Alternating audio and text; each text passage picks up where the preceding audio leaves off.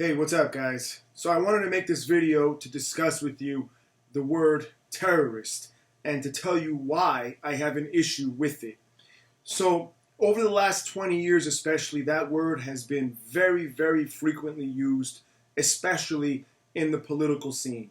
I can remember multiple presidents, President Bush especially, Bush Jr., almost on a daily basis, coming on TV and saying terrorist, terrorist, terrorist, act of terror, extreme Muslim terrorists. And even from a young age, I always had an issue with that because, first, how is the word terrorist actually defined? Okay? So just using logic alone, it would be defined as a person or a group of persons who uses violence or the threat of violence, especially in an unlawful manner, against another group is terror. That's what it is. It's inflicting terror on others. So, again, going back to why I have a problem with it, it really is all a matter of perspective. Okay? And I've often said the phrase, one man's terrorist is another man's hero. Think about that, and think about how that applies to us. Think about how the American people in general are very quick to point their fingers and agree that, yes, that guy's a terrorist, we should kill him. This group is a terrorist organization, we should destroy them and dismantle them. But you have to understand that there is a much larger picture in play here that oftentimes Americans especially fail to see or don't want to even acknowledge and see. And what that bigger picture is going back to perspective. Let's use other countries as an example. Let's use Japan as an example. So, historically, we, the American nation, are the only ones who have ever dropped an atomic bomb and used a nuclear weapon in that way as an act of war against another. And we didn't just do it once, we did it twice. So just in those two events, the bombing of Hiroshima and Nagasaki, in Japan, just in those two events, hundreds of thousands of people were killed and decimated like that, burned to death, vaporized. The ones that survived probably got it worse than the ones that actually died because there were significant side effects due to the exposure of the radiation that millions of people suffered from as a result, and generations continue to suffer from. So, from their perspective, from the Japanese people's perspective, who had no knowledge of what's happening in the political scene or the war scene, they're very remote in their own way of living, they had nothing to do with anything. But what they know in their minds and their memories and their history is that America killed so many of us. They burned us. And they did so for no reason. We didn't have nothing to do with it. We weren't the ones. We were just fucking farmers and peasants. So is America a terrorist? Are we as a nation of terrorists? And that's the problem with how easily they throw this word around. Another example, using the Middle East. Those are the people who are actually the number one target of this word, okay? All these Middle Eastern people, anyone who's in opposition to America's invasion and occupation of the Middle Eastern nations by America is called a terrorist. But think logically and understand that that doesn't make sense.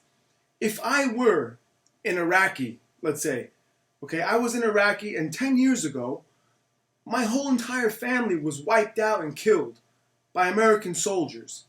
I don't have nothing to do with no fucking war. I don't know nothing about it. I'm just trying to live my life like the majority of the billions of people are on this earth. We're not in control of what nations do to each other.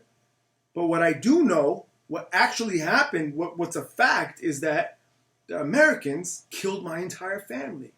I have nothing left. They've murdered everybody. They've taken everything that I love from me. They've taken my reason to live from me. Now, I feel that my life's purpose is to fight back and to defend what's left of my people, the Iraqi people. I'm not Iraqi, by the way. I'm just using this as an example. Is that person a terrorist? In my opinion, no. That's crazy. It's not a terrorist. War is not a fucking pretty thing. There are two sides to every war. But what I'm saying is we need to start thinking about the perspective issue.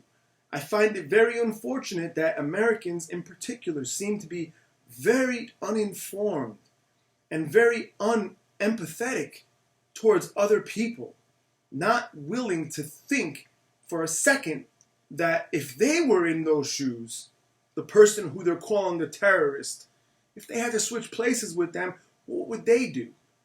Another example of why I have an issue with it. If another nation now invaded or attacked us, okay? Let's say China decided to attack us and they physically invaded. We as Americans would stand up and defend our country, our freedoms, our families, ourselves. I would in a second. I would die protecting my family.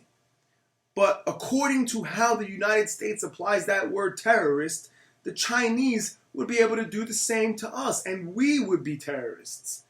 It doesn't make sense to call people terrorists who are only defending themselves or fighting for their nations.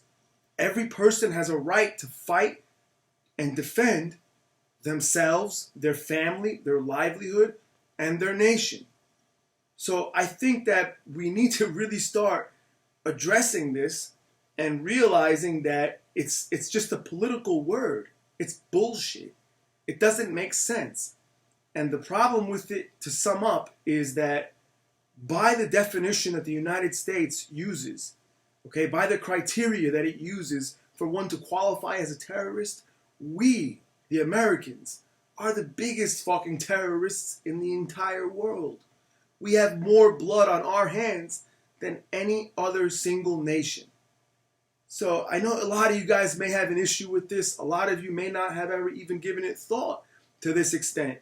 But I wanted to make this video because I feel like part of the problem with war and why we're always in fucking war nonstop is because the American people are just so fucking gung-ho and fucking following what their government tells them and don't freely think for themselves and ever try to, put themselves in the shoes of others and ask themselves what they themselves would do. And if you ask yourself those questions and answer honestly, you'll realize that some of the people that we're calling terrorists and saying are the bad guys are not really the bad guys, but are victims of war. And they want nothing to do with it, but they have no choice. So please share your thoughts and comments, guys. If I'm wrong on this, tell me how I'm wrong. Please, educate me. I'm very interested. I hope you guys enjoyed the video, and I'll talk to you next time.